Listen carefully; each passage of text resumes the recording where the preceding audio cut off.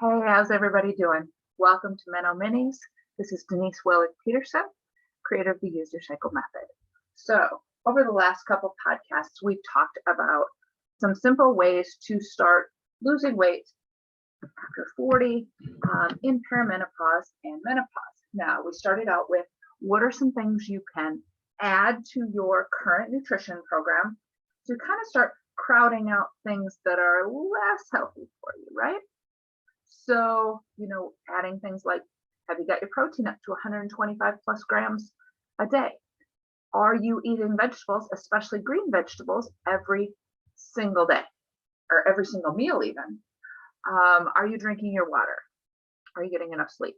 Things like that. So first off, my first question to you before we get into today's topic is, what have you added? What have you added to your regimen already that is kind of crowding out the extra stuff? I didn't say focus on getting rid of anything, right? All right, then last episode, we talked about some of the things that you might want to consider starting to limit or give up. I talked about J.J. Virgin's book, The Virgin Diet. And now we're on to, now how do you use your cycle? So the last two episodes have been focused on the basics, right? Like let's look at the big rocks first before we start filling our glass with sand. I know you guys have all heard, big rocks, fill up the jar with the big rocks, then add the little rocks, then add the sand, then add the water, right? So big rocks are adding the protein and the vegetables and the water. Smaller rocks are, okay, how about we get rid of some sugar? How about we get rid of some dairy? Have you looked at the effect corn has on you, right? Now today, I'm assuming that you're doing all of these basic things and we want to really start using your hormone cycle, right? We want to start really playing with the hormones, supporting the hormones when they are dominant, and really using them to the best of their ability, especially in the realm of weight loss, okay? Now, this isn't necessarily just about weight loss. If you support estrogen during the estrogen high phase, you're going to feel better, right? Than if you're eating more for a progesterone-based hormone, right? Okay, now, quick side note, I've talked about it in other podcasts, so feel free to go back and find it. I probably should have looked at it for you.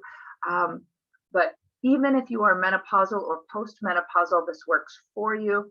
If you're postmenopausal, no, you don't create progesterone because progesterone is released when the egg is released, right? But because you don't have progesterone does not mean that you don't have any hormones. You still have estrogen, you still have testosterone. I mean, there's hundreds, dozens, hundreds of hormones in the body that we can support to make you feel like a woman or whatever it is you're trying to. If you just want to feel better, you just want to sleep better, right? Let's support the hormones that you do have, right? So postmenopausal or menopausal, you create your own cycle. I have had clients do a couple different things. One, pick a day. Tomorrow's day one. Start supporting your estrogen. And the thing is that after 4 or 5 cycles, your hormones adapt. The other thing I've had clients do that they want to just kind of lean more into the cyclical nature of femininity and the world is they set their cycle by the moon, which means they generally, new moon, start week 1, full moon starts ovulation, air quotes, right? And that's how they start their estrogen and their progesterone phase. Yeah, you got to track it a little bit. But guess what? Even if you had started this when you had your period, you would be tracking it a little bit, right? You'd be going, oh, when is day 14? Or what does my cervical fluid look like or whatever. So I don't want to hear, oh, it's so hard. Everything requires a little bit of effort, everything that's worth having. Okay, so today we are talking about using your cycle. I'm going to kind of go over the cheat sheet, the basics of how you would eat. So first, we're going to talk about the estrogen phase of your cycle. That is the first 14 days. That is the first day of your period until ovulation if you are cycling, or it's new moon to full moon. Okay, so first and foremost, we want to, there's lots of different things we can do that I teach my clients in the Use Your Cycle program. And I always encourage them to start with whatever seems easiest do what trips your trigger, set aside what doesn't trip your trigger. I know as I was learning some of the information and as I taught the initial people through the Use Your Cycle method, there were some things that seemed like they should have been the easiest thing ever and were actually the hardest. And some things that I looked at and went, oh, heck no, I'm not doing that. I don't want to do that. I don't like doing that. And that was one of the easiest things. So go into it with an open mind and don't think about having to be perfect. Think about what one thing can I add today? What one thing can I be consistent about this cycle? Okay. So there are 7 main things we can do to support our hormones throughout your cycle. And then there's also those 7 things during the estrogen phase and those 7 things during the progesterone phase. So it's like 14. It's super overwhelming, right? Or it could be if you decided you had to do it all perfectly on the first cycle. What I have seen, what I have learned, what I know is that even if you add 3 out of the 7 of these protocols, you're going to get results. You're going to start feeling better. And my guess is if you started already adding the protein in the vegetables, taking out maybe dairy, maybe sugar, maybe corn, whatever, if you started doing some of those things, you already feel better. So let's start with seed cycling. During your estrogen phase, you want to add a tablespoon of pumpkin and or a tablespoon of ground flax seeds. Okay, those help support the estrogen in your system. Okay, now you will notice I said ground flax seeds. Little side note, flax seeds go rancid very quickly once they are ground. Yes, you can buy pre-ground flaxseed if that's the only way you're getting it in. I would highly recommend buying regular flaxseed and running a week's worth of flaxseed, so 8 tablespoons of flaxseed through an old coffee mill or something. I would recommend that more. If you do not like flaxseed, don't do it. Just add pumpkin seed. Don't like pumpkin seed, just add flax. Right? Easy going. Do what you can. Right? That's how that works. Side note, if you have diverticulitis, maybe seed cycling is not something you add, right? So everything with a note of, does this work for me in my life? Because if it's not something you think you can do consistently, or if it's not something, maybe you try it and you're like, yeah, Denise was right, I can't do this one. Just quit that one, right? Just do what you can do. So seed cycling, easy enough. A tablespoon of each or just of one or the other. Alternate back and forth. You can put those seeds, you can just have them by the handful. You can put them on your yogurt, on your salad. I have been known to use ground flaxseed to bread my meat, right? It doesn't matter how you get it, just get it in. Okay? Next thing on the estrogen cycle. So I'm just focusing on the first 14 days of your cycle right now, okay? Estrogen cycle. During the estrogen half of your cycle, your body prefers to live off carbs, okay? Now, carbs, of course, can be muffins and cake and cookies, but carbs are also yogurt and vegetables and rice and potatoes, okay? It's just an energy source, but your body prefers carbs. So in order to fuel optimally and to get some weight loss effects, we do carb cycling. Lots of people out there on the internet do carb cycling. It's just you have a really couple high days of carbs and then bring it way down to a really low day. And before your body realizes you're trying to starve it to death, you bring it back up high and low. Okay. The key to carb cycling is that the numbers on your high days and your low days are dramatically different. We're not talking like, oh, today I ate 100 grams of carbs, and on my high day I ate 150 grams of carbs, and on my low day I ate 90. That's not significantly different. We're talking today I ate 200 quality grams of carbs for a couple days, and then a couple days I drop it down to 50. Both of those days are going to require some planning. Don't wing that, especially not your first 2, 3, 4 cycles. Don't wing it. Like, figure it out, right? You do not get 200 grams of brownies, right? Like, that's a little counterproductive, right? And 50 grams of carbs, heads up, is you need to plan for that, because that's not very much, right? If you start looking at your carbs, 50 grams of carbs you can get eating green beans. So make sure you plan that.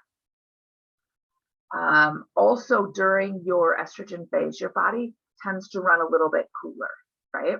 So you want to change up the food, the meats you're eating, right?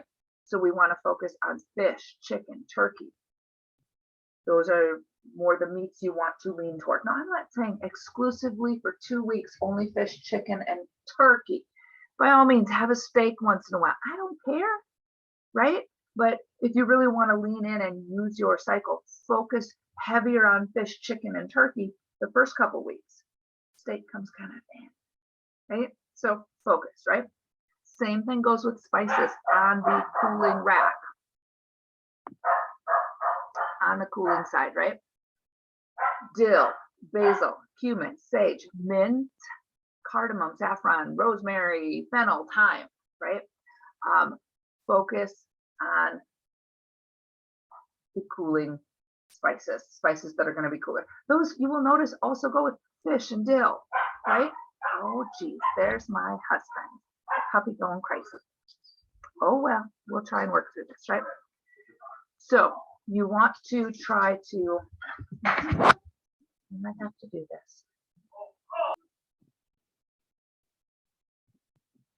Okay, puppy interruption over, I hope. So you will notice that the meats and the spices, I mean, they kind of naturally go together, right? Fish goes with dill, chicken, turkey, rosemary, thyme, right? So things that kind of naturally have always gone together are kind of what you're thinking about, right?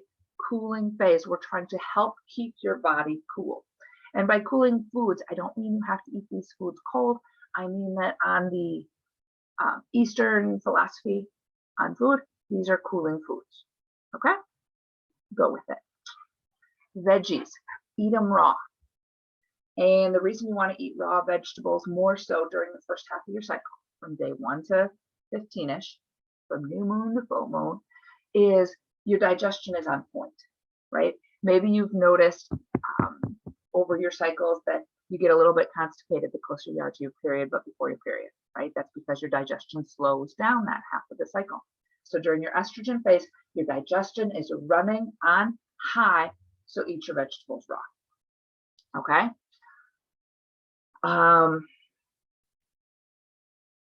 Some of the other tips are exercise tips, so we will talk about those another day. But those are the main dietary things. Another dietary thing you want to think about is your body doesn't really deal with dairy very well the first half of your cycle. So if you're going to avoid something, it would be dairy during the first half, okay? So during the estrogen phase, that's day 1 of your period through up until ovulation, you're going to seed cycle with pumpkin and flax. You're going to carb cycle, meaning highs and lows, not just like brownies, but highs and lows. You're going to focus on cooling foods like fish, chicken, turkey, and cooling spices, dill, basil, cumin, mint, right? You're going to have lots of raw veggies. You're going to avoid dairy, right? All right. Now, let's skip to the progesterone phase, right? So if you are still cycling, this is when ovulation has happened. If you are, you know, ovulation has happened because you're taking your temperature, you know, your temperature spiked a degree or so, right? So we are going to focus on heating the system up, okay? So with seed cycling, the second half of your cycle, ovulation up until your period, right? You're going to use sunflower and sesame seeds, okay? Buy the handful, a tablespoon of each, or 2 tablespoons of one or the other.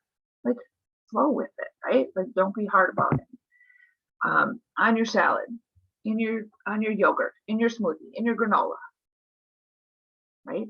Don't make it hard. Don't make it weird. Second thing, supported fasting. This is different than straight up starving yourself. Water fasting, none of that crazy baloney, okay? So why supported fasting? First of all, your digestion is running on slow. Secondly, preferred fuel source is fat this half of the cycle. So we want to take that away. If you're looking for weight loss, we want to take away that fat and fast, right? Now, before you go, tune out for the next minute, listen up. This is actually the one that I went, no, never, no way. And even most of my clients do this too, when I'm like, you don't have to do it right away.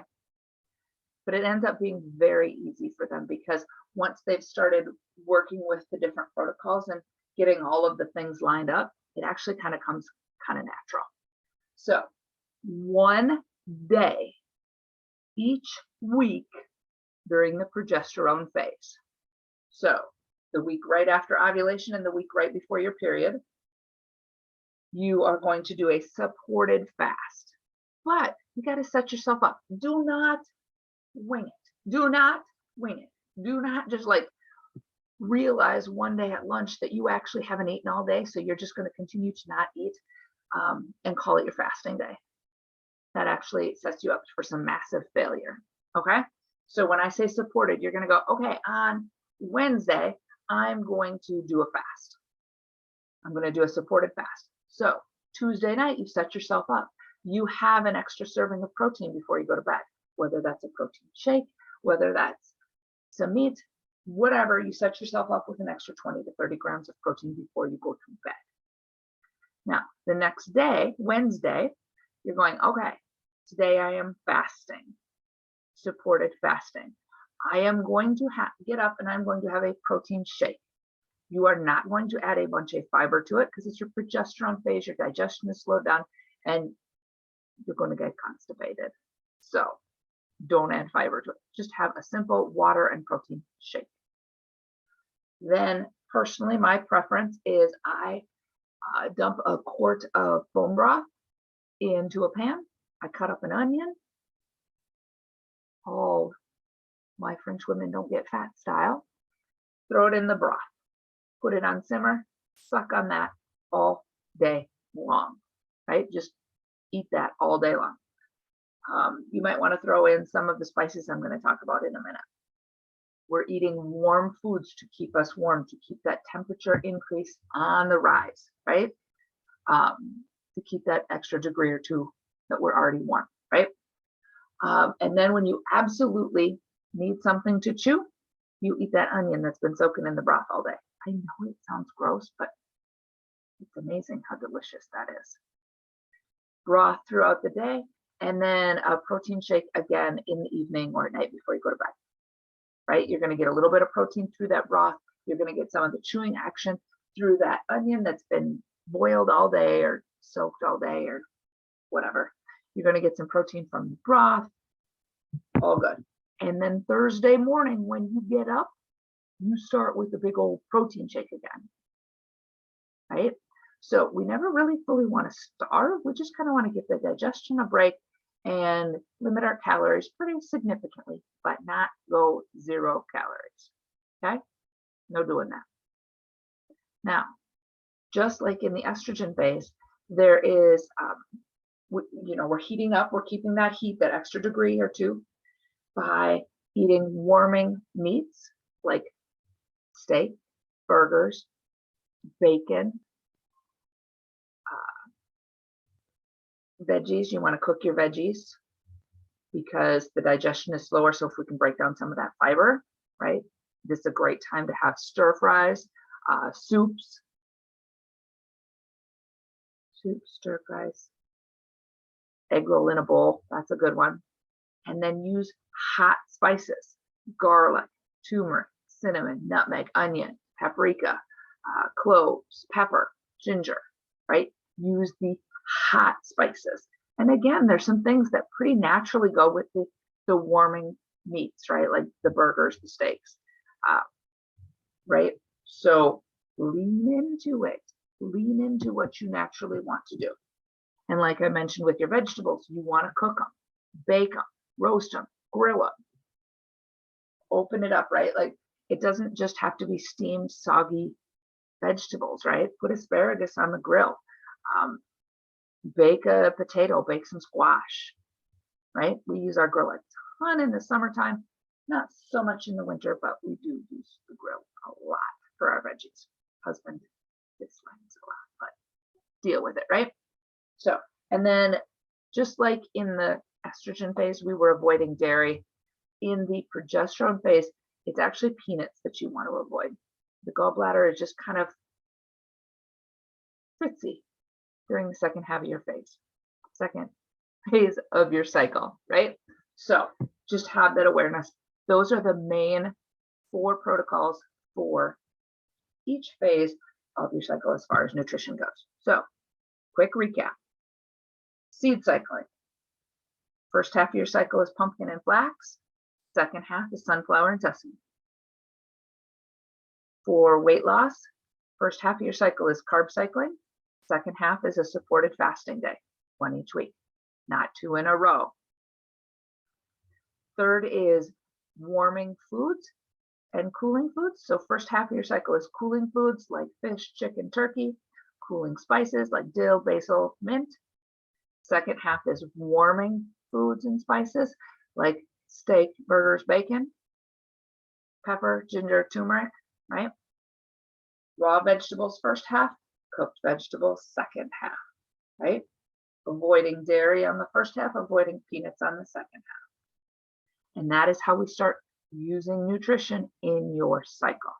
Now, if you want more details on this, be sure to go check out my Use Your Cycle book on Amazon. It's totally available. The link is in the link tree. Y'all have a fantastic day, and we'll chat again soon.